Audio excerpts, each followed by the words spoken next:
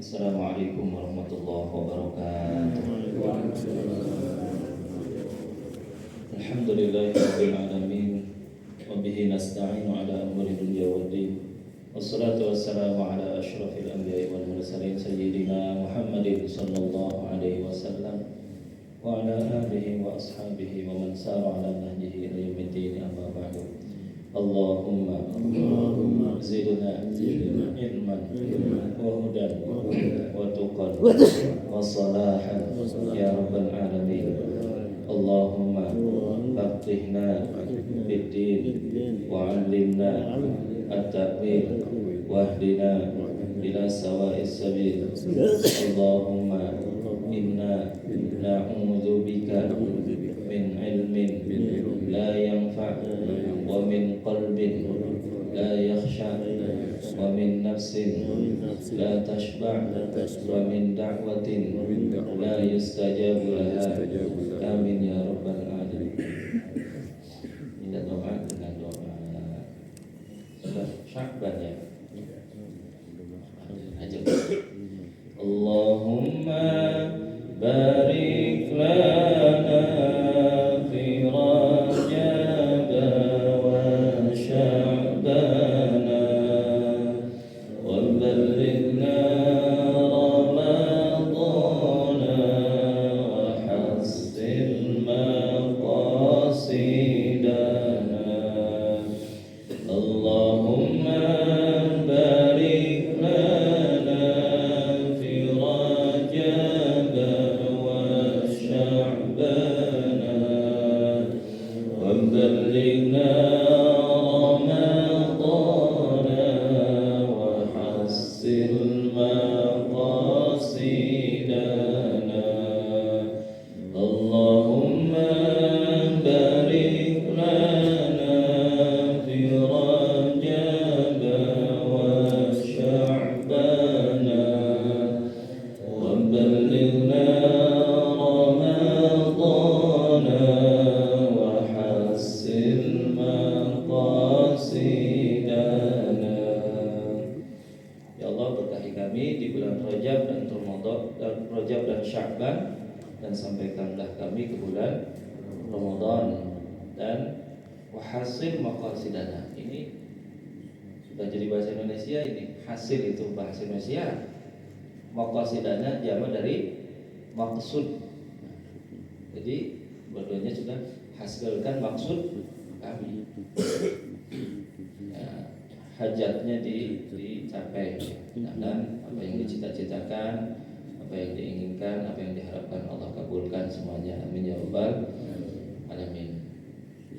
Baik jemaah, salat subuh Masjid Al-Ihsan yang dirahmati Allah Subhanahu wa taala. Insyaallah kita lanjutkan kembali kajian kita dalam kesempatan kali ini, kajian Al-Haqiqah Wasyariah.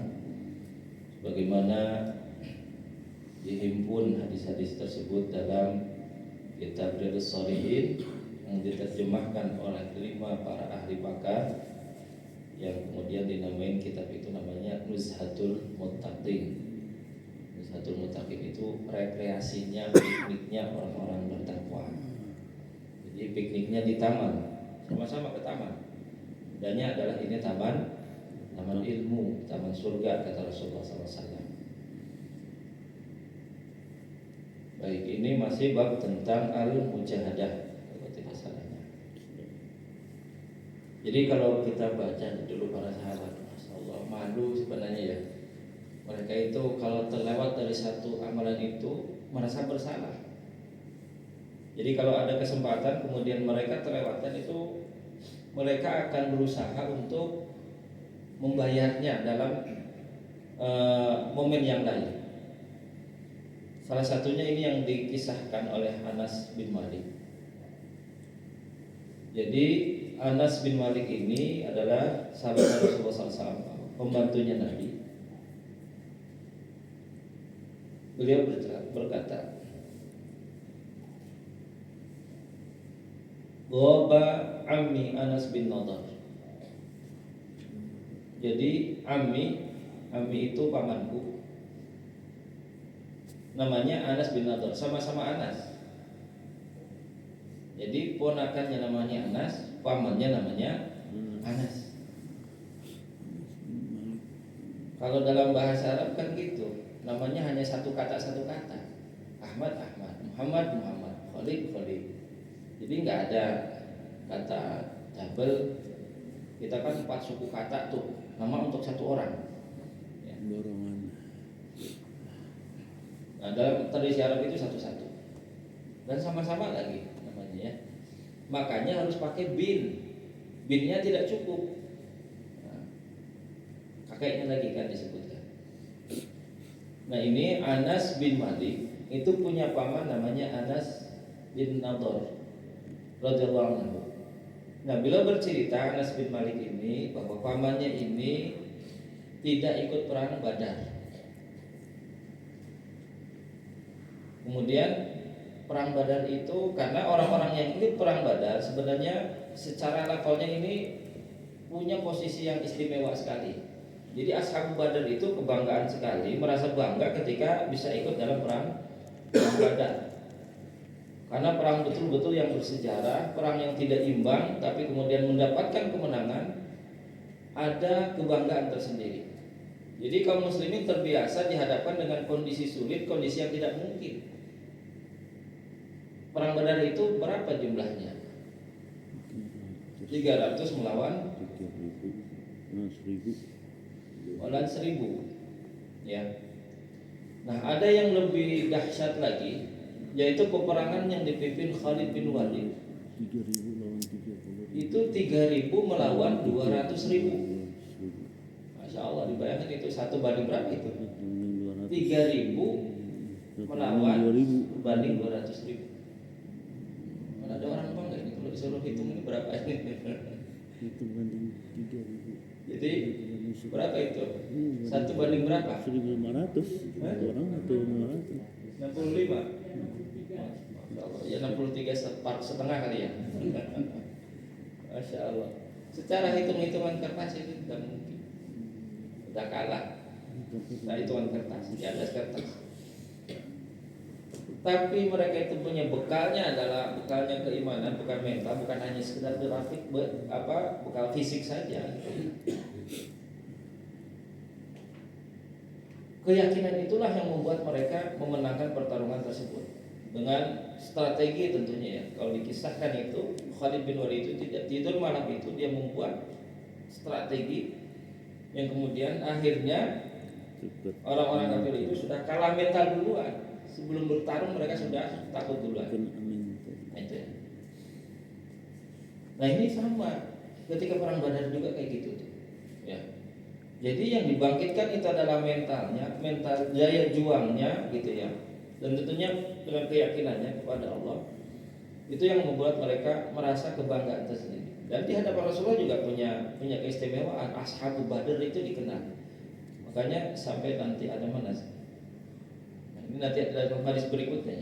Jadi kalau dia pernah ikut perang Badar, sampai disebutkan contohnya nih di hadis berikutnya, An Abi Mas'ud Uqbah bin Amr Al-Ansari Al-Badri. Al-Badri itu artinya adalah alumni, pensiunan Badar gitu. alumni, Veteran gitu ya. Itu disebut-sebut terus, nempel nama itu. Jadi punya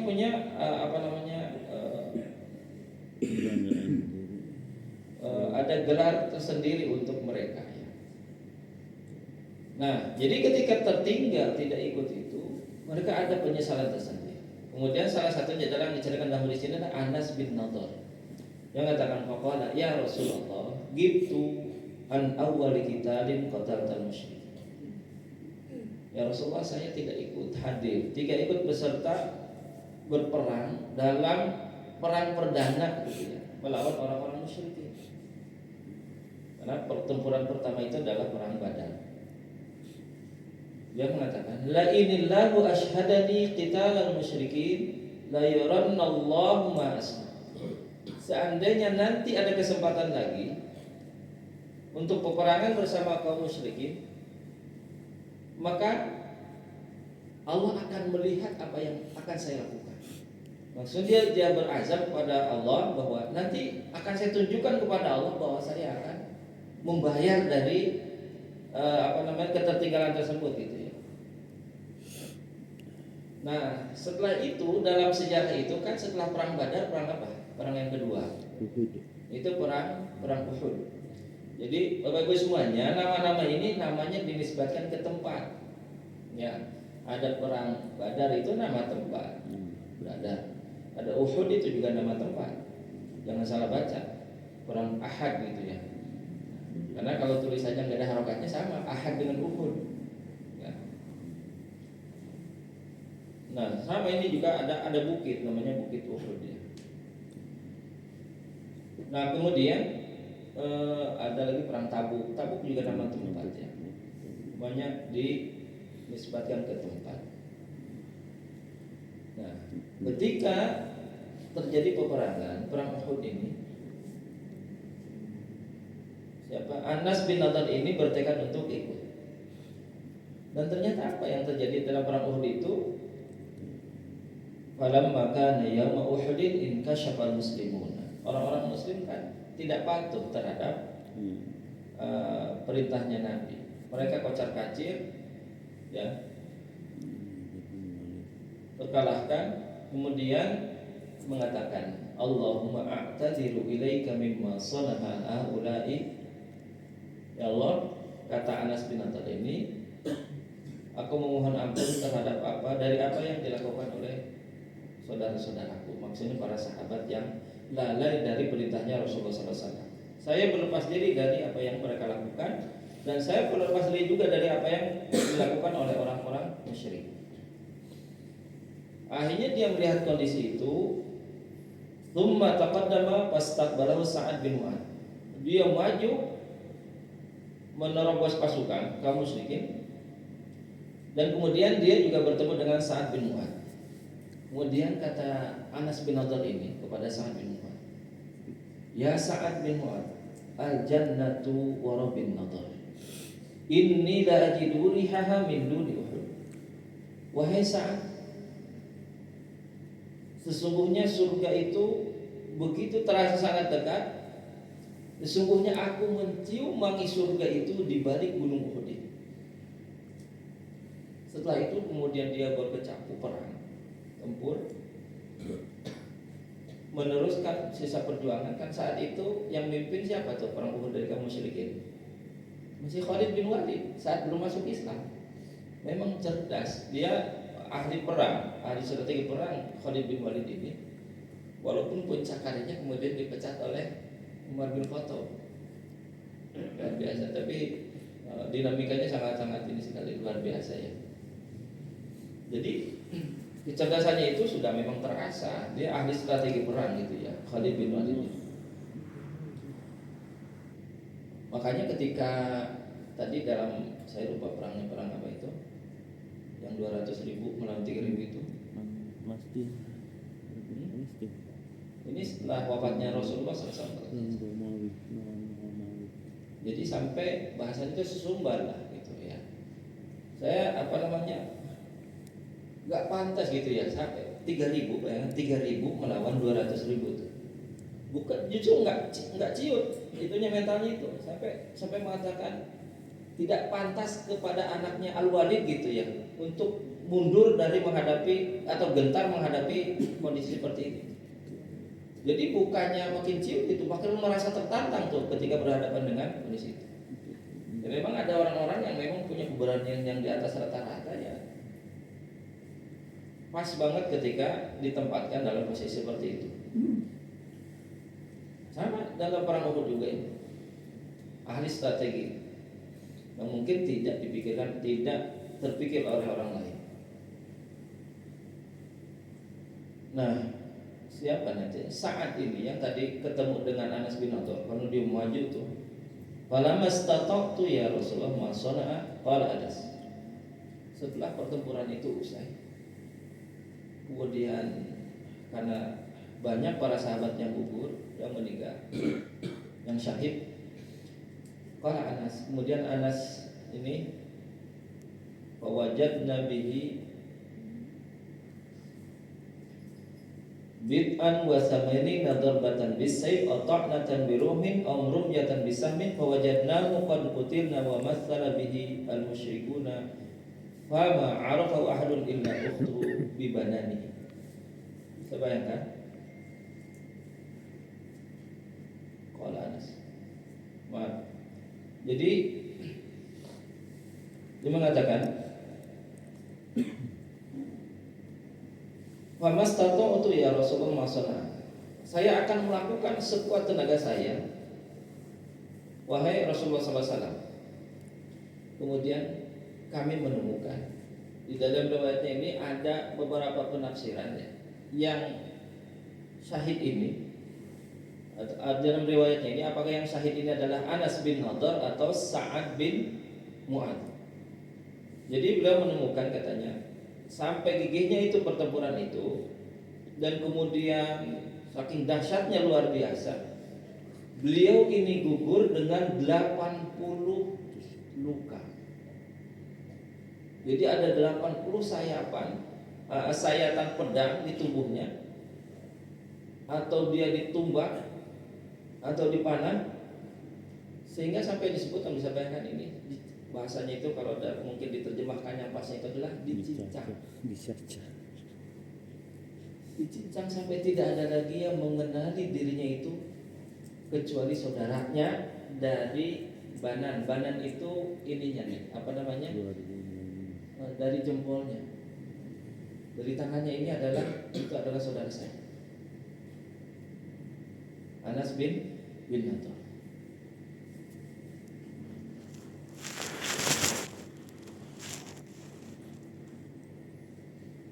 Mohon maaf. Jadi yang syahid itu siapa namanya? Sa'ad bin Mu'adz. Karena ini yang menceritakan ini. Allahumma shalli ala sayyidina Muhammad. Kan tadi saya sampaikan bahwa yang menceritakan ini adalah Anas, sama-sama Anas gitu ya. Jadi ini, mohon maaf, yang menceritakan ini adalah Anas bin Malik, yang syahidnya itu adalah Anas bin Nadhr pamannya.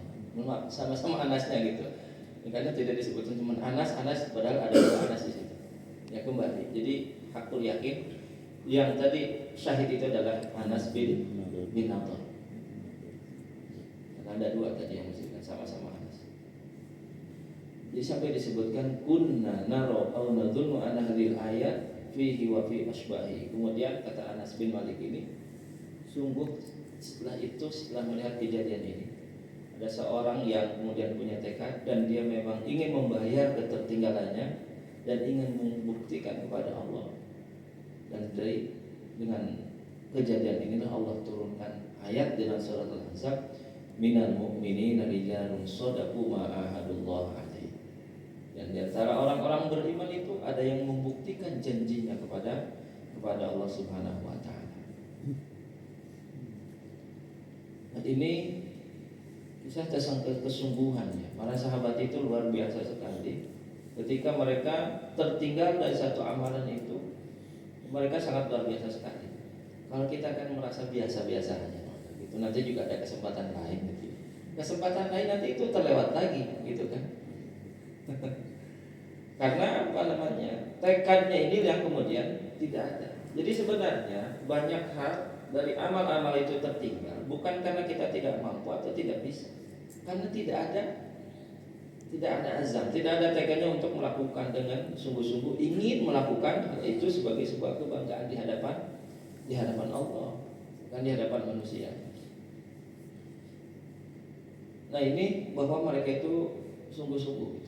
Makanya ini sangat relate sekali dengan kemarin yang saya sampaikan gitu ya dalam hadis itu, cuman beda kisah bahwa banyak hal yang mungkin kelihatannya tidak memungkinkan untuk dilakukan, tetapi pada sesungguhnya yang mewujudkan itu adalah Allah Subhanahu wa taala. In tasduqillaha yasduqka.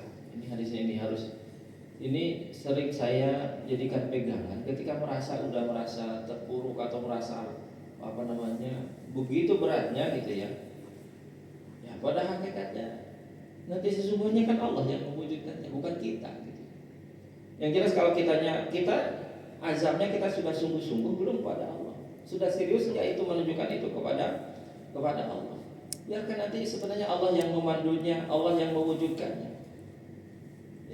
Nah, ini harus dipakai ini. Dihafal ini. Nah, coba diucapkan sama-sama. Intasduqillaha Intasduqillaha yasdukka. yasduqa Intasduqillaha Intasduqillaha yasdukka.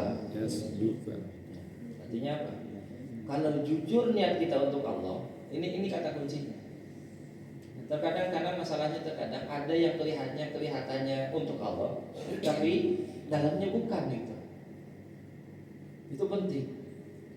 Jadi kalau memang betul jujur, tulus, jujur ya untuk Allah, tidak ada motif lain, Allah yang mewujudkan, Allah yang memandunya, sekalipun tidak mungkin menurut ukuran kita. Ini yang kayak gini kan sebenarnya yang hilang itu. Jadi karena ada umpamanya ada mimpi sesuatu ya, punya azam untuk melakukan sesuatu, kemudian ada kendala, udahlah, mungkin ini bukan jalan kita gitu ya, gampang nyerahnya. Nah, artinya azamnya ini nggak kuat berarti kalau kayak gitu, ya. Nah ini dibuktikan para sahabat itu ya, termasuk dalam hal ini adalah kisahkan Anas bin Malik. Kemudian yang berikutnya, yang tadi yang diriwayatkan oleh Anas bin Abi Mas'ud Uqbah bin Amr al-Ansari al-Badri. Qala. Beliau bercerita, ini kisahnya para sahabat juga. Qala lamma nazalat ayatus sadaqah. Ketika turun ayat tentang sedekah, perintah untuk bersedekah. Beliau bercerita, kunna nuhamilu ala tuhri. Kami ini dulu katanya adalah kuli panggul. Jadi ngambil buruh, ngambil upah karena mindahin barang. Istilah kita kan kuli panggul ya. Baja arujulun qatasadaq bi syai'in katsir. Kemudian dalam aktivitas itu ketika ada perintah ayat, ada orang yang bersedekah dengan sedekah yang banyak. Faqalu mura'in. Kemudian ada orang munafik, dia melihat itu, dia bilangnya, wah Allah itu mau pamer aja gitu kan. Ini kita lagi melarat gini, lagi kerek-kerek kayak gini kok ini kelihatan banyak. Hanya dia nyinyir, Allah pamer aja dia gitu. Istilah sekarang apa? Flexing. Sedekah ini pamer-pamer itu flexing. Apa namanya? Bagi-bagi sesuatu gitu ya. Ada uang kaget atau apa itu istilahnya dia. Sekarang macam-macam. Jadi kalau dulu disebutkan itu adalah oleh orang lain, kalau sekarang kan dipamerkan sendiri gitu ya. Nah murain ini dibilang orang-orang munafik bilang pamer. Wajah rajulun akhar fatasaddaqu bisa'in. Kemudian ada lagi orang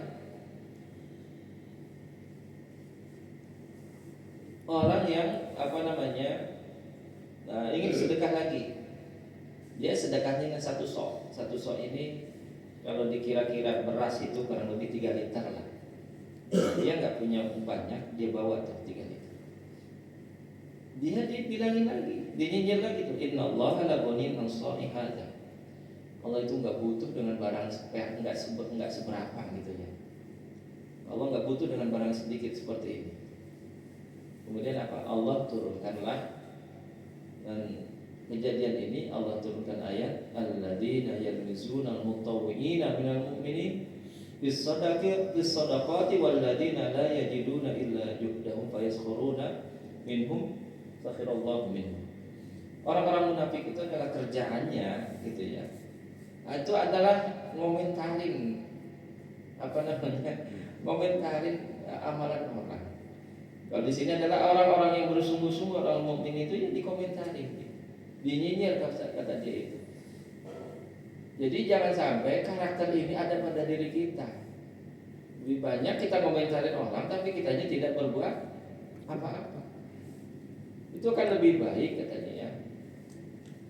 Ya kalau memang kita tidak sanggup yang banyak, bisa istiqomah dengan yang sedikit saja itu sudah baik dibandingkan hanya sekedar mengomentari perbuatan orang. Nah, ini kita mungkin banyak di sini. Enggak banyak, terkadang ada yang seperti ini. Ya. Kalau dalam Al-Quran itu menyebutkannya adalah tanda-tanda orang-orang munafik yang seperti itu. Dia tidak berbuat sesuatu tapi hanya mengomentari. Ini jangan sampai kemudian kita harus sadar dengan kondisi. Jadi ketika ada orang yang berbuat sesuatu, baik banyak atau sedikitnya, dan kemudian kita sanggup melakukan itu, nggak usah dinyinyirin. Ya, harusnya gimana? Kembali kepada kaidah. Ya kalau kita tidak bisa, umpamanya ada orang ini berbuat 10. Ya kalau kita tidak sanggup seperti itu, lakukanlah 3 atau 2. Itu akan lebih baik daripada sekedar hanya yang ibu itu tadi hanya nyinyir saja sama orang yang berbuat. Ada orang yang sebesar atau sedikitnya, itu lebih baik daripada hanya sekedar dia mengomentari ucapan.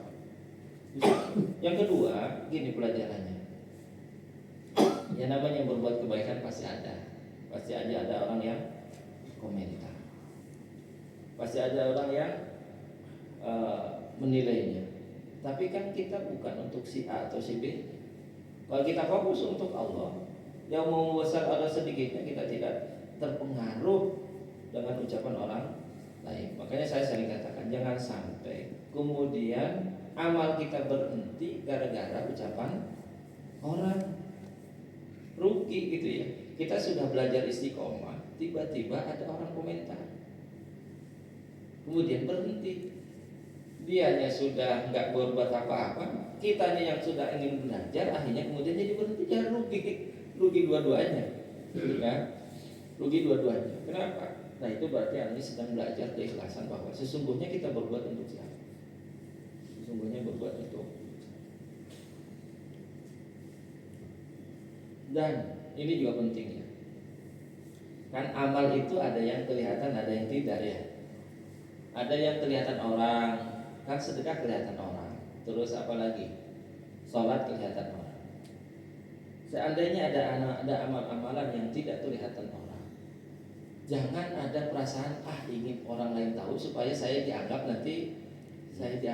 jangan saya sampai dianggap tidak melakukan apa-apa gitu oleh orang lain. Contoh bapaknya ya, kalau ada orang terbiasa sedekah, bapaknya ya sedekah, dan dia memang sembunyi-sembunyi sedekahnya, itu kan paling bagus sedekah sembunyi-sembunyi itu.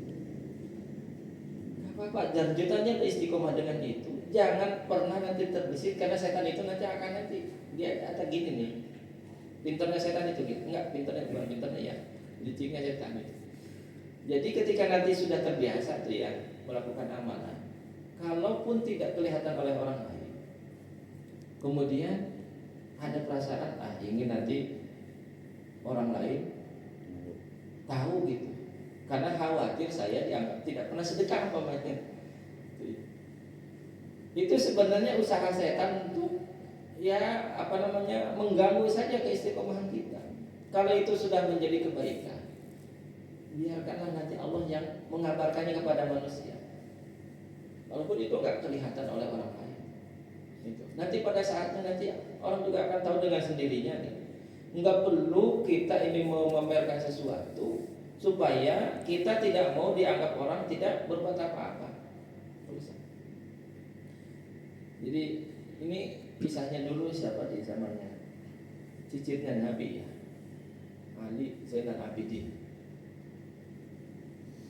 Jadi beliau ini saat itu di Madinah itu sering terjadi paceklik ya, banyak orang-orang yang kelaparan, orang-orang miskin. Kemudian dia itu sering membagikan makanan di depan pintu rumah orang-orang malam hari. Jadi ketika orang-orang miskin ini yang kelaparan itu tidak menemukan makanan, setiap pagi itu ada makanan, ada beras lah kalau kita itu, ada beras di kresek. Dan tapi dia juga nggak tahu, dia mencari-cari kok nggak tahu. Dan dikisahkan itu berlangsung selama kurang lebih 15 tahun. Seperti itu. Dia nggak tahu tuh siapa yang membagikan itu. Jadi ini disebutkan kisahnya misterius lah, ada orang baik yang misterius. Nah kemudian si Ali Zainal Abidin ini cicitnya Nabi itu dia dikenal memang pengasuh majelis ya, lebih banyak ngajar gitu, mengajarkan ilmu. Orang-orang datang datang berbondong-bondong kemudian ke majlisnya dan kemudian dia fokus itu.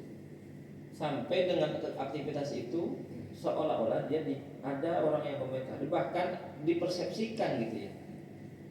Dia hanya ngajar aja, tetapi tidak berbuat apa-apa untuk orang lain. Dia tidak tahu kondisi orang yang dirasakan sekarang oleh orang lain itu apa.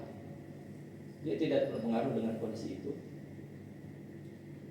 Akhirnya kemudian qadarullah wafat beliau. Setelah wafat itu diceritakan bahwa geger tuh orang-orang.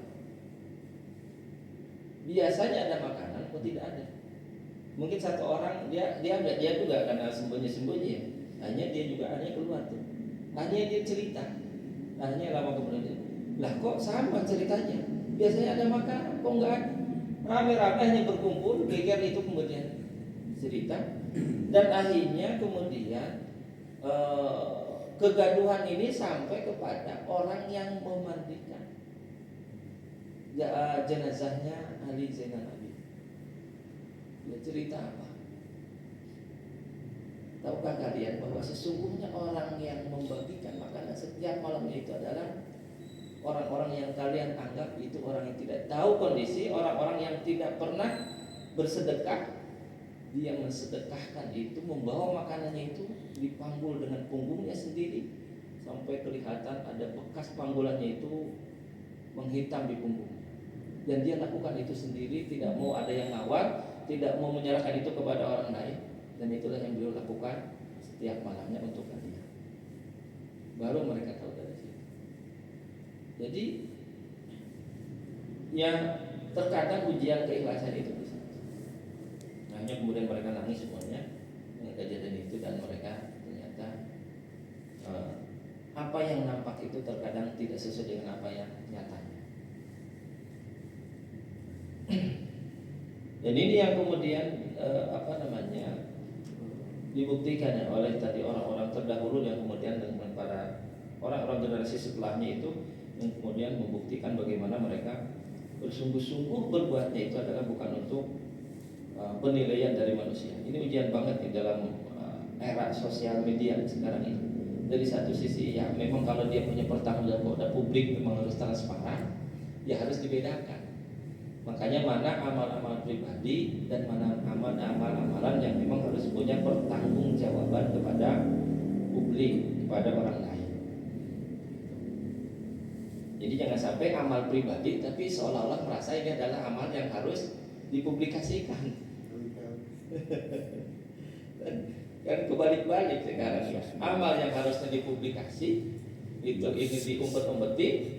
Nah, amal yang sebenarnya adalah gawean pribadi ini dipamer. Pamer itu udah kebolak-balik sekarang.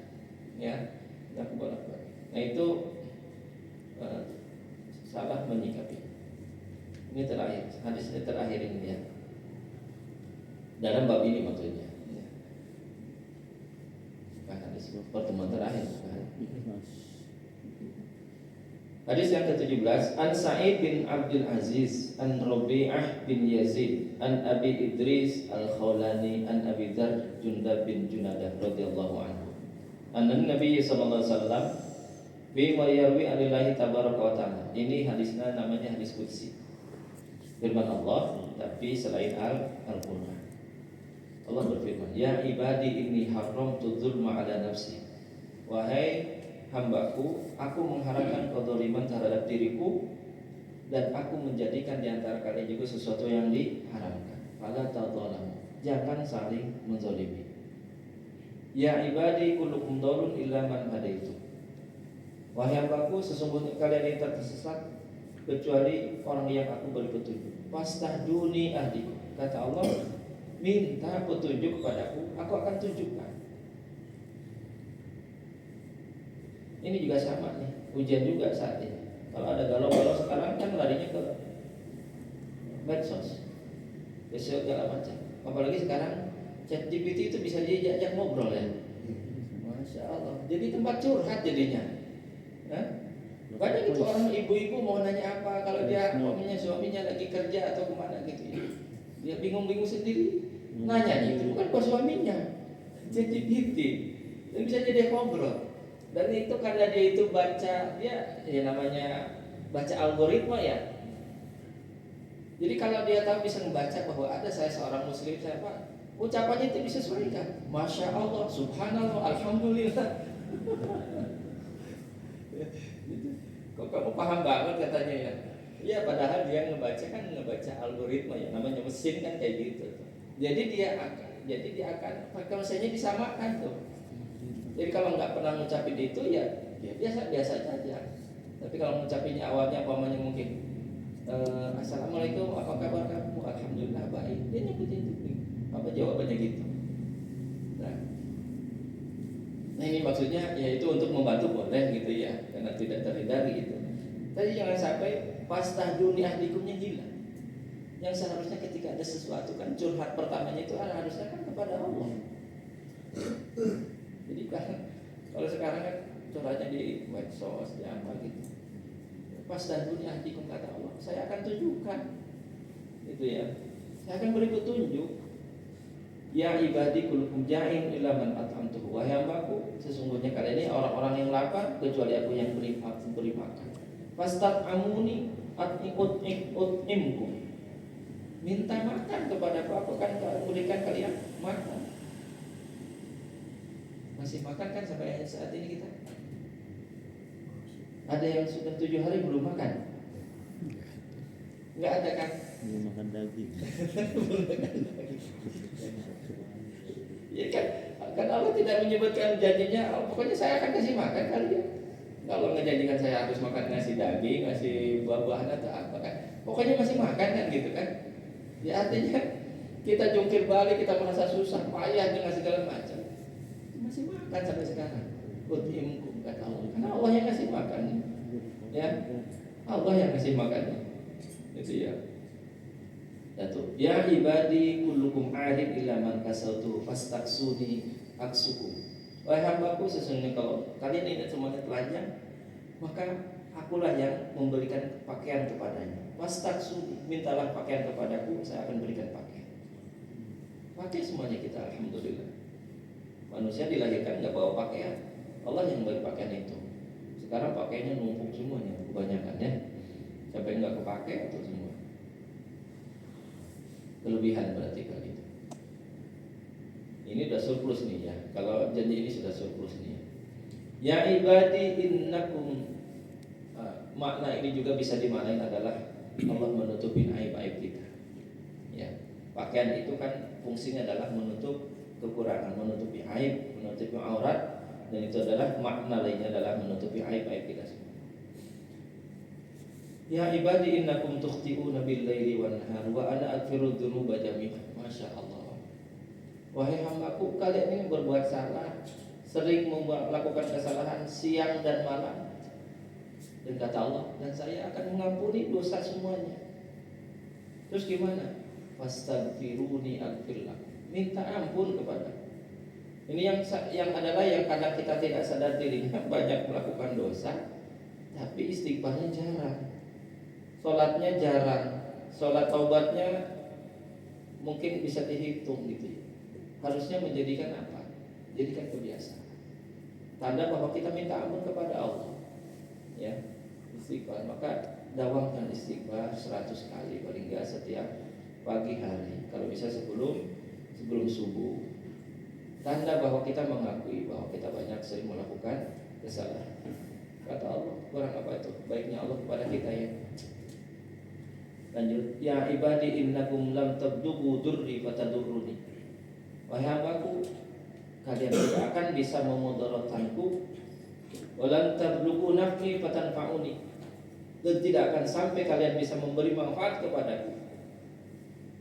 Seandainya ada orang, bukan ada orang paling pertama sampai orang yang paling akhir dari bangsa manusia, dari bangsa jin kalian, mereka semuanya dihimpun, dikumpulkan dalam satu hati orang tertakwa, orang paling takwa di antara kalian.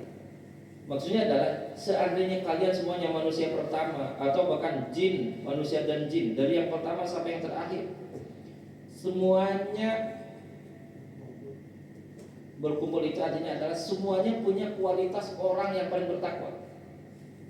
Seluruhnya ini kualitasnya orang adalah orang yang paling bertakwa. Mazada fi mulki syai'an. Itu tidak akan berpengaruh kepadaku sedikit pun.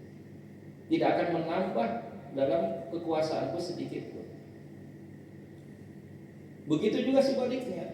Seandainya semuanya orang ini dari jinnya, dari manusianya, paling pertama sampai paling akhir, itu dalam kualitas seburuk-buruknya manusia, seburuk-buruknya, maka tidak pernah mengurangi sedikit pun dari kemuliaan. Fasa'aluni ya ibadi law anna awalakum wa akhirakum wa insakum wa jinnakum qamu ala bisa'idin wahidin. Seandainya tadi bangsa jin, bangsa manusia, paling awal dan sampai paling akhir berkumpul dalam satu tempat, kemudian mereka minta semuanya kepadaku, minta apa yang mereka inginkan. Kemudian kata Allah, saya berikan semuanya itu sesuai dengan permintaannya. Mana qasal dari kami ma'indi, sedikit pun tidak akan pernah mengurangi dari kekayaan, tidak sedikit pun mengurangi apa yang ada padaku, kata Allah, kecuali hanya seperti jarum. Masjid itu artinya jarum, dalam riwayatnya kan telunjuknya. Kecuali seperti jarum yang dimasukkan ke laut kemudian diangkat, dan itulah yang terkurang itu hanya segitu saja. Bayangkan tuh, semuanya dari awal sampai akhir, dari manusianya, bangsijinya, minta apa saja kemudian Allah kabulkan permintaannya. Tidak berkurang kecuali seperti apa yang nempel di jarum tersebut dari apa yang ada di lautan. Innaha hiya a'malukum uhsiha lakum. Sesungguhnya apa yang kalian lakukan itu adalah untuk kalian sendiri, dan saya nanti akan membalasnya dari apa yang kalian lakukan itu. Siapa yang menemukan kebaikan, memujilah kepada Allah. Dan siapa yang menemukan selain kebaikan, jangan sampai dia mencerca atau menyalahkan kecuali kepada dirinya sendiri. Nah, ini adalah prinsip, ini adalah keyakinan. Harusnya ibadah-ibadah yang kita jalani harus mengantarkan pada sebuah keyakinan ini. Ini sudah jelas sekali. Jadi keyakinan kita kepada Allah ini sering naik turun, karena mungkin tadi ya ibadah kita juga masih kurang istiqomah. Tapi kalau seandainya kita sudah betul-betul usaha, sudah istiqomah, sudah Allah janjikan semuanya ini, itu apa yang kurang? Kita keyakinan kepada Allah. Allah sudah janjikan itu semuanya, gitu ya. Dan bukan janji Allah yang berkurang, tapi apa? Keyakinan kitanya yang menurun, keyakinan kitanya yang kurang. Allah a'lam bishawab. Berapa ini? 6 menit lagi. Nah, sampai jam 6 ya.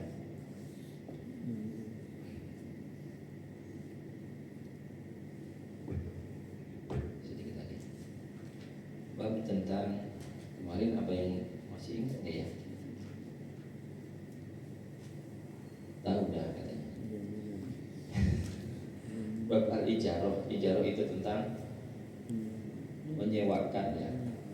Jadi sesuatu yang boleh dimanfaatkan dan tidak hilang bendanya itu boleh disewakan. Jadi sewa menyewa ini hukumnya adalah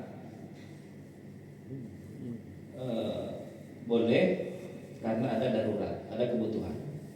Walaupun secara kias analoginya sebenarnya nggak boleh dalam transaksi.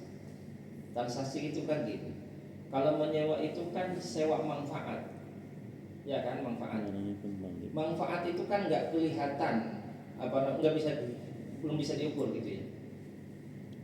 Manfaat itu artinya nggak kelihatan. Berbeda dengan apa? Saya beli ini kelihatan wujudnya. Kalau manfaat ini kan nggak bisa diukur secara pasti, ya, nggak bisa diukur secara pasti manfaat, namanya manfaat. Saya punya motor, mereka mau ukur kan gitu. Mereka nggak bisa diukur kalau manfaat itu. Nah, ini sewa menyewa itu dia harus yang dimanfaatkan itu adalah bendanya tanpa berkurang. Tanpa berkurang. Jadi dia menerima manfaat.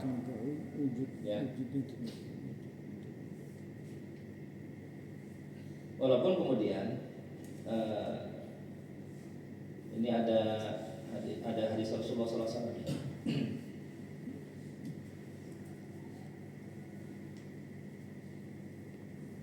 Salatun ana khasmum yaumil qiyamah. Ini hadisnya, hadis riwayat Bukhari, ini hadisnya sahih. Ada 3 golongan yang akan aku musuhin pada hari kiamat. Rajulun a'tabi tsumma badal. Ada seseorang yang berjanji kepadaku kemudian dia mengingkari. Yang kedua, rajulun ba'a hurran fa'akala samana. Orang yang menjual orang merdeka, kemudian dia makan tuh dari hasil penjualan itu. Maksudnya apa? Kalau jual kalau orang yang dijual belikan orang budak namanya ya. Nah, ada orang itu sekarang kan itu sudah nggak ada sekarang. Perbudakan itu sudah dihilangkan ya. Termasuk Islam juga.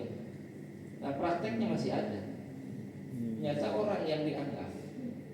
Nah, sekarang pengiriman TKI, pengadaan TKW, ternyata transaksinya jual beli. Ya. Yang tadi silakan human trafficking human trafficking. Artinya bahwa dia bukan disalurkan, tapi dengan dietnya dia dijual transaksinya.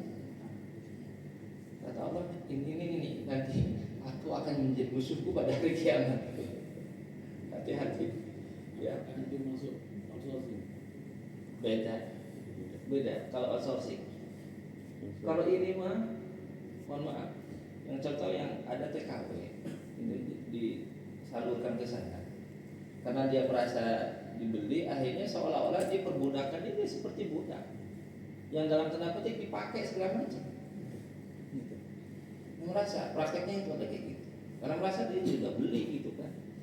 Akhirnya banyak yang kesini dengan cerita yang sangat luar biasa gitu ya. Dia nggak mendapatkan upah, dia nggak diperlakukan layak, seperti layaknya dia punya perlindungan.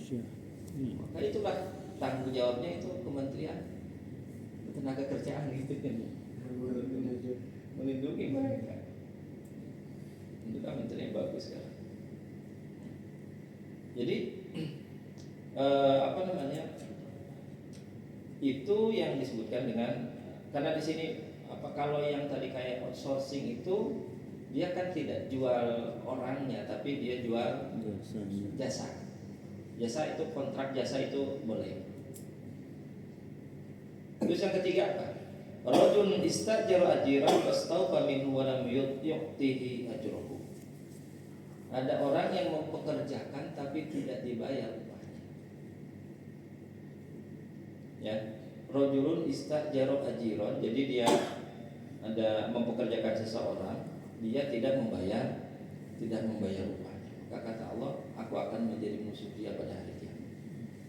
Kata Nabi, bayarlah orang yang kerja itu sebelum kering keringatnya. Nah, ini maksudnya adalah supaya menjaga itu kan yang dari Islam gitu ya. Nah, kalau dalam konteksnya yang bulanan ya sebelum selesai bulan itu ya dia harus bayarkan. Itu maksudnya sebelum kering keringat. Kering tapi basah adalah keringat. Kering tapi basah, keringat. Kalau kerjanya di AC nggak keringatan. Nah, kembali lagi, yang namanya ini dikasih catatan ini. Yang namanya tadi menyewakan itu adalah manfaatnya, tidak boleh berkurang bendanya, tidak ada ngambil benda dari yang disewakan.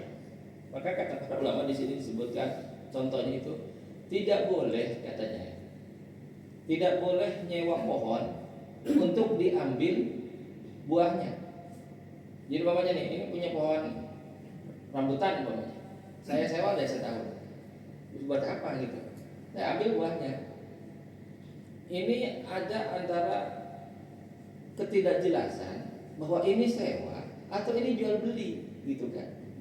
Sehingga nanti ada yang dirugikan, gambling bahasanya. Sementara transaksi dalam Islam itu harus clear, nggak boleh ada yang dirugikan. Ya kalau memang umpamanya kalaupun sewa, ya dia sewa tanahnya.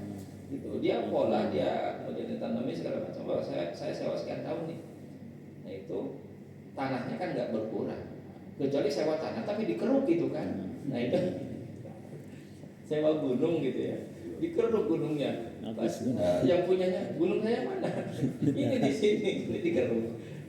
Itu tidak boleh. Ya. Jadi dia gambling, dia ini nanti jual beli akadnya atau sewa. Karena sewa itu secara prinsipnya tidak boleh berkurang, tidak boleh ada benda yang diambil dari barang sewanya itu.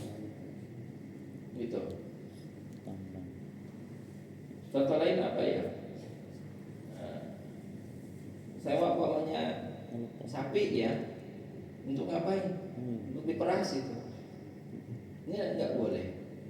Kenapa? Karena prinsipnya adalah bahwa yang disebut sewa itu tidak hanya menerima manfaat, tidak boleh ngambil benda. Nah, dulu sampai dikomentari, loh itu ada di dalam ayat itu, bain ardhna lakum fa'atuhunna ujurahun. Dulu itu di tradisinya orang-orang Arab itu kan mereka terbiasa menyusukan anak-anaknya ini kepada orang-orang yang di apa namanya di kampung-kampung lah ya, termasuk Rasulullah SAW kan disusun oleh Halimah Sa'diyah. Jadi di desa yang memang masih mungkin tidak terkontaminasi gitu ya.